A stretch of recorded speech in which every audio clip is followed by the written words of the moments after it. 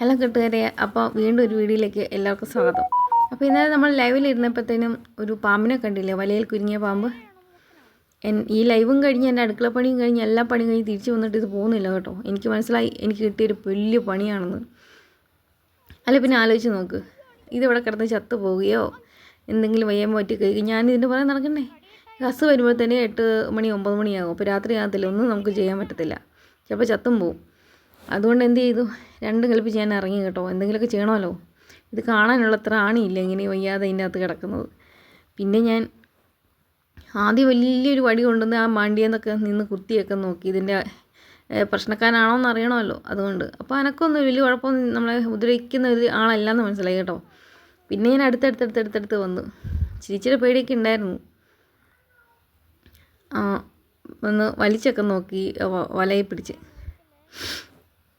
എന്താ അതിൻ്റെ പടുതയുടെ അടിയിലോട്ടായിരുന്നു കേട്ടോ തല വെച്ചിരുന്നത്. അതിപ്പോൾ വെളിയിൽ ചാടി പുള്ളി മേടിച്ച് പോയെന്ന് തോന്നുന്നു. പിന്നെ ഞാനൊരു കമ്പ് കൊണ്ടുവന്നിട്ട് അതിൽ ഈ ബ്ലേഡ് ഇങ്ങനെ വെച്ചിട്ട്, കാരണം തൊടാനുള്ളൊരു മടി കൊണ്ടും പേടി കൊണ്ടും കേട്ടോ. പേടിയെന്ന് പറഞ്ഞാൽ ഒരു ഒരു എന്താ പോലെ, അത് വലിയ പാമ്പാണ്. നമുക്കതിൻ്റെ മേളിൽ നിന്ന് മകൾ വീഡിയോ എടുക്കുന്നത്, അതുകൊണ്ട് തോന്നുന്നതാണ് ചെറുതാണെന്ന് കേട്ടോ. അത്യാവശ്യം വലിയ പാമ്പാണ്.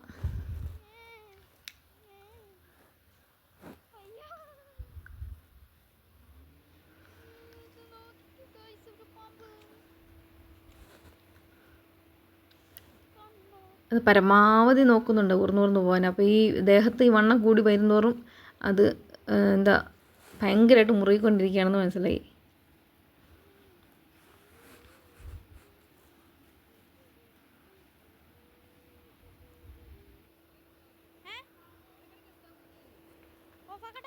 ഒരു ബ്ലേഡ് വെച്ചിട്ട് ഞാൻ ഇങ്ങനെ മുറിച്ച് എടുക്കാവോന്നൊക്കെ നോക്കി കേട്ടോ. ഇനി ബ്ലേഡ് കൊണ്ട് മുറിക്കാൻ പറ്റത്തില്ല എന്ന് മാത്രമല്ല, അതങ്ങനെ നിലത്ത് വീണ് കഴിഞ്ഞാൽ അതിൻ്റെ ദേഹത്ത് കൊണ്ട് ചത്തു പോവും. അതിലും ഭേദം അതിനെ പണിക്ക് പോകാതിരിക്കുന്നത്. പിന്നെ വേണ്ടാന്ന് വെച്ച്.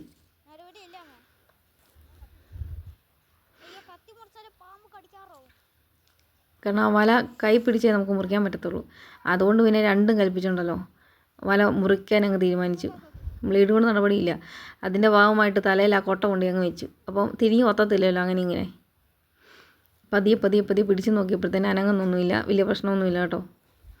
അപ്പോൾ കത്തിക്ക് മൂർച്ചയുണ്ടോ, പിന്നെ അടുക്കള പോയി കത്തിക്ക് മൂർച്ചയെല്ലാം വെച്ച് തിരിച്ചു വന്നു. ഇതിൻ്റെ ഇടയ്ക്ക് എന്നൊക്കെ പണിയാണ്. അതിൻ്റെ ഇടയ്ക്ക് തുമ്മലും, ഒരു 100 തുമ്മൽ. ഒരു അത്യാവശ്യ കാര്യം എന്തെങ്കിലും ചെയ്തുകൊണ്ടിരിക്കുമ്പോൾ ഈ തുമ്മലും കൂടി വന്നതുകൊണ്ടല്ലോ നല്ല ദേഷ്യം വരും.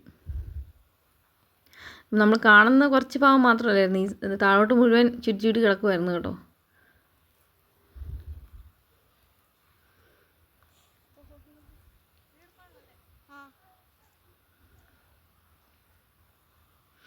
അത് ശാന്തനായിട്ട് കിടന്നുകൊണ്ടല്ലേ, ഒരു പക്ഷേ ഞാൻ എൻ്റെ അടുത്തോട്ടൊന്നും പോകത്തില്ലായിരുന്നു.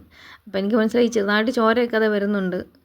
ഇങ്ങനെ എടുത്ത് മുറിച്ച് അതേന്ന് വിടിപ്പിച്ച് മാത്രം എടുക്കാൻ നോക്കിയാൽ നടക്കത്തില്ലെന്ന് മനസ്സിലായി. പിന്നെ മൊത്തത്തെ ഞാൻ കണ്ടിച്ച് വല കുറേ കണ്ടിച്ച് കളഞ്ഞു. എൻ്റെ കയ്യിലെ കുഴപ്പം കൂടിയാ, ഞാൻ കൃഷിക്ക് വേണ്ടി വെച്ചിരുന്ന വലയാണ് കേട്ടോ. ആ വല കാറ്റത്ത് പറന്നു പോയപ്പോൾ അതിനകത്ത് വീണത്. എൻ്റെ കയ്യിലുമുണ്ട് പ്രശ്നം, ഈ പൊട്ടച്ചാരായ പാമ്പിൻ്റെ കയ്യിലുമുണ്ട് പ്രശ്നം. വലിയ ആവശ്യമുണ്ടോ നോക്കി.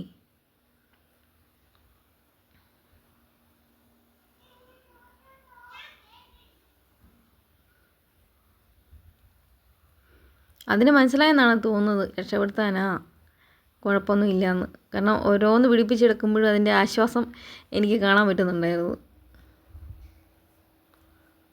മകളാണെങ്കിൽ 1 കിലോമീറ്റർ അപ്പുറത്ത് നിന്നാണ് വീഡിയോ എടുക്കുന്നത്. അവൾക്കാണെങ്കിൽ എന്നെക്കാളും എന്താ അവൾക്കൊരു എന്നെ പേടിപ്പിക്കുകയാണ് അവൾ. ചുമ്മാ അവൾ ഒച്ച വെച്ച് മകളും വെച്ചു.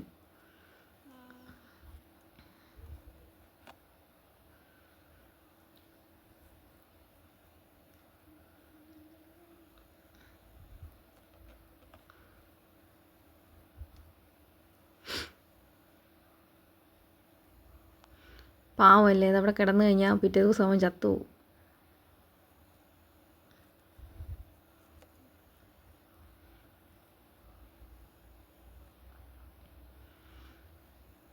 അങ്ങനെ ഓരോന്ന് ശ്രദ്ധയോടെ ഞാൻ മുറിച്ചെടുത്തു കേട്ടോ, ദേഹത്ത് കൊള്ളാതെ.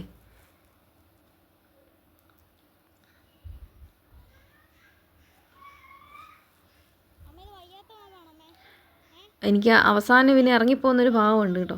അതായിരുന്നു എനിക്ക് ശരിക്കും പറഞ്ഞ് വീഡിയോയ്ക്കകത്ത് വേണ്ടത്.